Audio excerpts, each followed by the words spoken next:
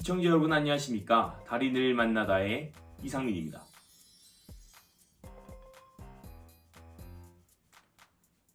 이 세상에는 해결하기 어려운 것들이 너무나도 많습니다. 중국집에 가면 짜장면 시켜야 할지 짬뽕을 시켜야 할지, 민트초코는 초콜릿인지 아니면 치약인지, 왜 내 포켓몬빵에는 이런 것들만 나오는 건지, 그리고 소년부 전도사님이 아주 잘생겼다는 소문이 있는데 그 소문이 진실인 것인지. 근데 저는 진실인 것으로 알고 있습니다. 어쨌든 우리 달인을 만나다 시간은 이 세상에 풀기 어려운 문제들에 대해 이 전문가를 초청해서 해결해보는 시간입니다. 특별히 오늘 첫 번째 시간은 세례에 관해 다뤄볼 건데요. 우리 세례의 달인, 이 자타공인 세례 전문가, 세례만을 위해 살아온 남자, 세례를 위해 살고 세례를 위해 죽는다, 세례짱 우리 이상만 박사님을 모셔보겠습니다. 안녕하십니까. 네, 안녕하십니까. 네, 박사님 안녕하십니까. 네, 안녕하십니까. 평생을 세례 연구를 위해 살아온 남자. 세례 없인 못 살아, 정말 못 살아. 아, 세례 너무 좋아. 세례짱. 세례 전문가 이상민 박사입니다. 와. 자, 우리 이렇게 이상만 박사님을 한번 모셔봤는데요. 이상민 아니고 이상만 박사님입니다. 우리 세례 전문가 우리 이상만 박사님께서 우리 시청자분들과 함께 세례에 관해 우리 교육해 주실 텐데요. 그럼 저는 이제 잠시 자리를 피하고 우리 세례 전문가 이상만 박사님께서 우리 세례에 대한 교육을 시작해 주시겠습니다. 자, 우리 먼저 우리 세례가 무엇인지, 대체 이 세례가 무엇인지를 알아봐야겠죠? 자, 그 전에 우리 시청자 여러분, 아니 우리 안산제일교회 우리 친구들은 자주 씻으시나요? 자, 뜬금없죠? 저는요 사실 어렸을 때 씻는 게 너무 귀찮아가지고 이 부모님한테 안 씻는다고 막 떼를 썼던 기억이 있는데요. 자, 우리 친구들은 어떨지 모르겠어요. 뜬금없이 이 씻는 이야기를 왜 하냐면 이 세례가 바로 씻는 것과 관련이 있기 때문이에요.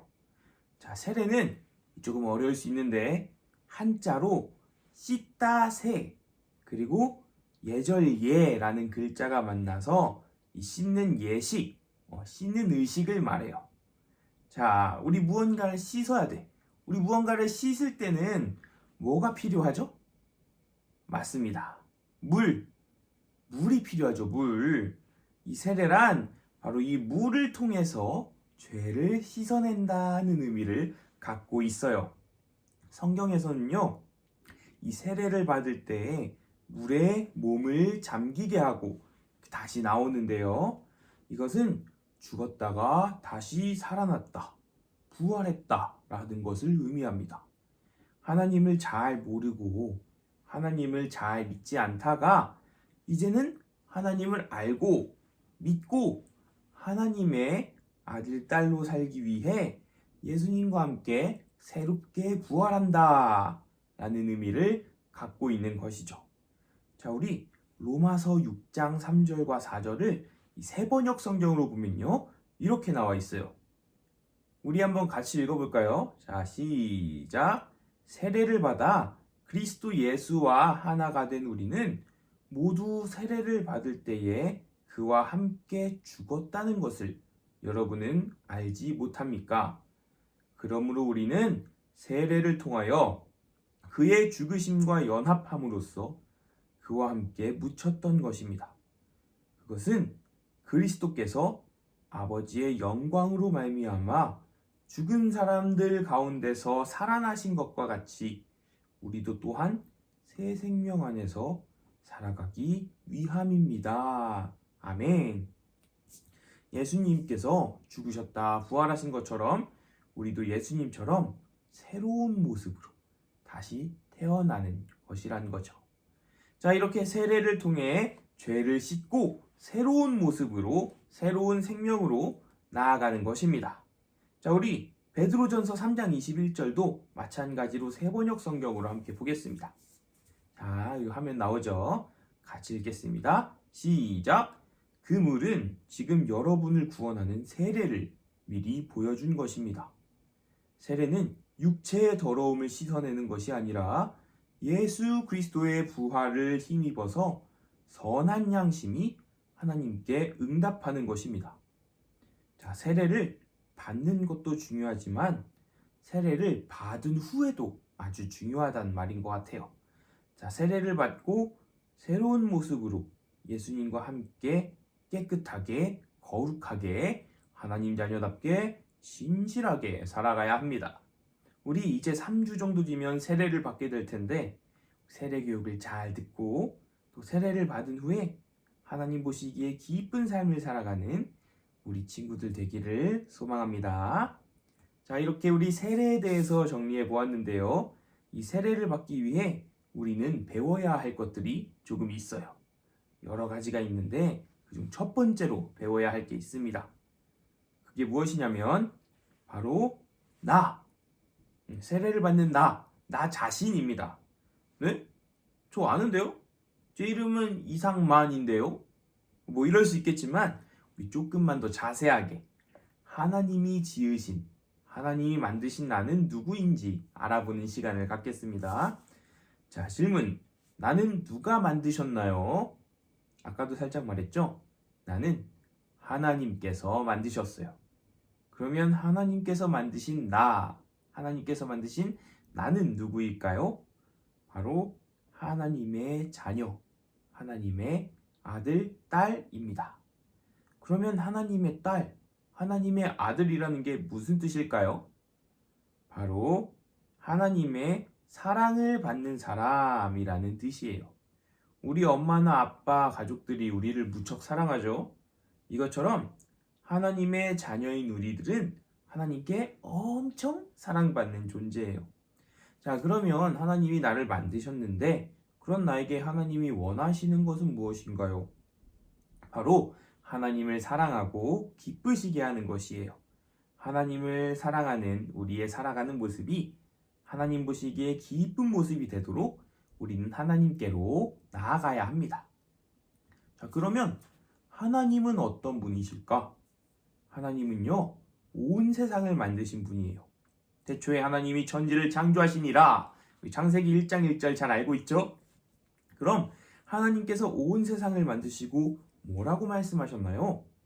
좋다, 참 좋다 라고 말씀하셨어요. 그럼 하나님은 그 만든 세상을 어떻게 하시나요? 사랑하시고 다스리세요. 그러면 하나님은 사람도 만드셨잖아요. 그럼 그 사람을 만들 때 어떻게 만드셨죠? 바로 하나님을 닮게, 이 성경에 써 있는 말로 하나님 형상대로 만드셨어요. 이 하나님 형상대로 만들어졌다라는 게 무슨 뜻일까요? 바로 거울처럼 하나님을 비추는 존재라는 뜻이에요.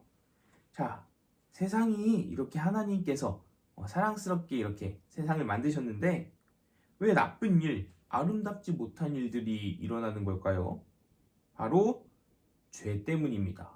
이 죄가 무엇이냐면 하나님을 떠나는 것을 의미해요. 하나님의 뜻대로, 하나님이 원하시는 대로 살지 않고 자신의 욕심대로, 자신이 원하는 대로만 살아가는 거죠. 그렇다면 이 죄를 짓다 보면 이 죄의 결과는 어떻게 될까요? 바로 하나님과 멀어지게 되고 이 모든 다른 것들과의 관계가 깨지게 돼요. 자, 그럼 이 죄에 빠진 사람에게 하나님은 어떻게 하실까요? 네가 날 떠났구나. 저리 가라. 이렇게 하실까요? 아니에요. 하나님은 그 하나님과 멀어진 사람을 미워하지 않으시고 끝까지 사랑하세요. 그러면 하나님은 그렇게 하나님과 멀어진 사람을 어떻게 다시 되돌리실까요? 바로 하나님이 우리에게 찾아오셔서 관계를 다시 원래대로 돌리러 찾아오시는 거예요. 너무 감사하죠? 그럼 그 하나님은 우리에게 어떻게 찾아오셨나요? 바로 예수님을 통해서 오셨어요. 하나님의 아들 예수님을 우리에게 보내신 거예요. 그러면 예수님은 누구실까요? 아까 살짝 말한 것처럼 하나님의 아들이고 사람의 몸으로 우리에게 오신 분이에요. 그리고 예수님은 이 세상에 오셔서 무엇을 하셨냐면요. 어린이, 가난한 사람, 불쌍한 사람들의 친구가 되셨고 모든 사람을 사랑하셨어요. 자, 또 무엇을 하셨을까요? 몸이 병들고 마음이 아픈 사람도 고쳐주셨어요. 자, 그러면 또 무엇을 하셨을까요? 하나님과 하나님 나라를 알려주셨어요. 그리고 그런 예수님은 어떻게 죽으셨나요? 네, 십자가에 달려서 죽으셨죠. 그러면 예수님께서 대체 왜 십자가에서 죽으셔야 했을까요? 바로 우리의 죄를 대신해서 죽으신 거예요. 우리의 죄를 용서받게 하기 위해 십자가에 달려 죽으신 것이죠. 그럼 예수님은 죽으신 후에 어떻게 되었나요? 맞습니다. 3일 만에 부활하셨고 지금도 하나님 오른편에 계셔서 우리를 지켜주세요. 그런데 예수님께서는 다시 우리에게 오신다고 하셨잖아요. 그럼 왜 다시 오실까요? 네, 바로 이 하나님 나라를 완성하기 위해서 오신다라고 기억하면 되겠습니다. 하나님 나라를 완성하기 위해서 오신다. 자, 우리는 이런 예수님을 믿죠. 이렇게 예수님을 믿는다라는 것은 무슨 뜻일까요?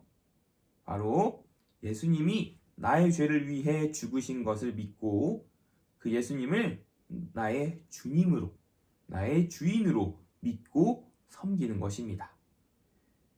그럼 우리가 그런 예수님을 믿으면 어떻게 되죠?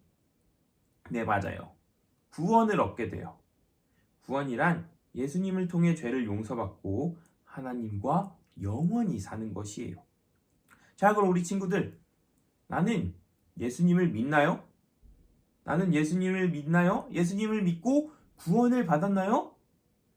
Yes! 네, 맞습니다. 우리 구원을 받았죠. 자, 사람이 예수님을 믿고 죽으면 어떻게 되죠? 예수님이 부활하신 것처럼 다시 살아나서 주님과 함께 영원히 살게 됩니다. 자, 우리가 지금 세례가 무엇인지 배웠고, 나에 대해 배웠고, 그리고 하나님과 예수님에 대해 배웠죠?